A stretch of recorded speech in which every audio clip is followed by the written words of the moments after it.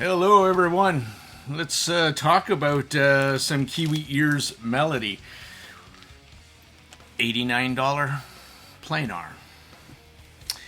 Now, if you've ever watched my channel before, something that I'd like you to know that while I am a massive fan of Planar drivers in home audio and in my car and in my headphones, so far I have been unimpressed with any Planar IMs I have heard so far.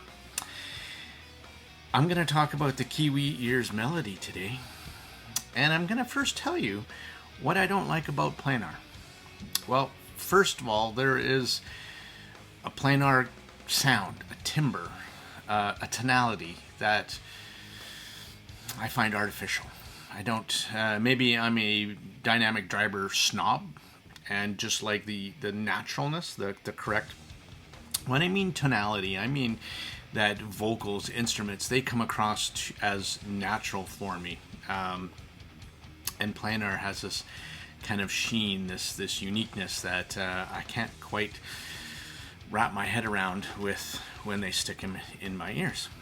And that's part of it, and the other part of it is the bass. I mean, so the way Planars work is obviously different than dynamic drivers, and they're very quick. The whole idea of doing a Planar is they can go 20 to 20 and have amazing extension on both ends with very low distortion where dynamic drivers don't. But that's kind of what I kind of like about dynamic drivers, have kind of this organic quality to them.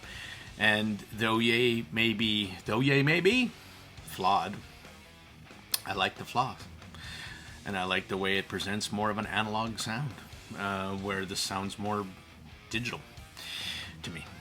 So, and then the other part of Planar for me is stage.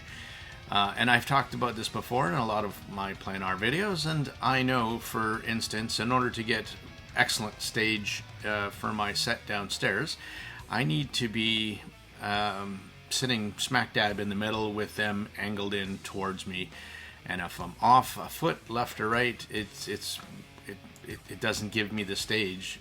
But if you do it correctly, they disappear. So it goes from 0 to 0. Done right, done wrong. And it's continued on with this. So I'll give you a spoiler. This $89 Planar is the least Planar that I've heard, and it sucks the least for me, and enough to actually that I'd say recommend for a $90 Planar. If you want a little bit of a taste of a Planar, but not too much of a taste of a Planar, and you like your mid bass as I do, this could be a set for you. Let's talk about the kiwiEars melody for a second. They come in a metal shell, nice and small, great shape, great design. They have a flush kind of 2-pin connector, which is quite nice. There's a little vent hole right beside it.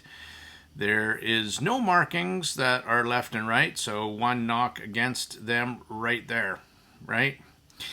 I'm just joking. I mean, it's a little anal thing, but I love left and right marked. I mean, how hard is it, really? But the cable, I'll talk about that in a second, does have a little red and white indicator, so not bad. It's a 12 millimeter developed in-house Planar, so kudos for trying something different and making something different on the market, kiwiEars. 18 ohm resistance, so fairly low, 102 dB, so fairly easy to drive. Yeah, I still wouldn't do it off a phone though. The tuning profile overall is a bass boosted mild V kind of shape, slightly warm, softer mids, and they're presented in a more laid back way. And we'll get into that a bit here too. The upper mids and treble also play back that kind of as well. It's a less in-your-face traditional Planar kind of tuning, which kind of makes me why I like this one over every other one so far I've heard. It's a refreshing take on a planar timbre. You still get that extension. You can still tell that this wants to go for the highs, but because of the softer presentation, it just misses the mark though on as a clarity beast. So where other planars are well known for their resolution and their detail, this isn't going to do that for you because it's not tuned that way. So it's not a mark against it. It's just telling you the way it is tuned. And for somebody who like me, who doesn't like all that planar timbre and kind of digitalness, then again, this is probably why I like this one a bit more. But the top end, when I'm listening to songs, I was just listening to some Cult, some, good 80s. Every once in a while, it would, when you're playing the music, the top end comes on, and then it has this extra artificial energy way out there. Like, I don't know where it is, but it's out of place. So it's, and all of a sudden it's and it's like, whoa, slow your roll. But that's how it comes across on not just this song, but probably a lot of songs. It just has this upper treble energy that it's just too much in the wrong place, and it just adds this artificialness to the top end. And it probably trying to do that to add some more details and air and sparkle. I get that, but again, you can't tame the beast that is planar, because if you unleash it, it will give you more of that.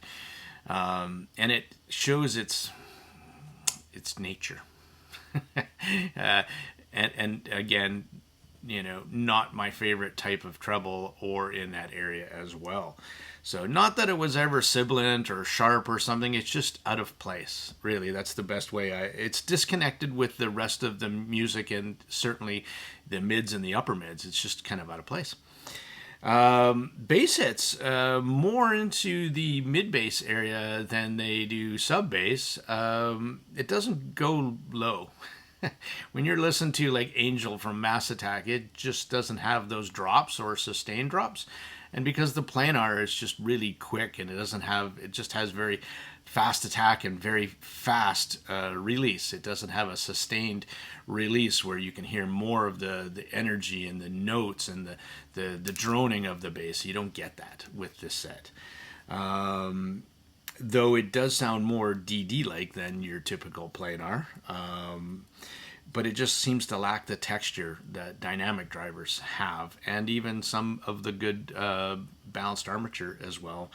So strings, guitars, they all have the correct energy, but not the tonality to sound realistic. I think it's just, for me, what I wrote here, it's just simply not enough to play the notes. It's quite another to play it back with a naturalness. And that's where this set and typical planar for me falls too far from the tree. But as far as planar sets go, this one is kind of my favorite again. It's easy to listen to. It's less planar like. This is the conclusion, by the way. But the stage, again, here's just middle of your head, lack of depth, lack of height. The other thing I'm going to talk about just is this cable. I've read just another review, stumbled upon it. I wasn't trying to find it, talking about how wonderful this little cable was, and I think it's a horrible tangly mess. You need to get yourself some cables, man. Honestly. But hey, it's included and it works. So shut the hell up, Monk. Is it worth the $90 if you want a taste of non-planar planar? Yep, it is. This is Tone Deaf Monk. I'm out.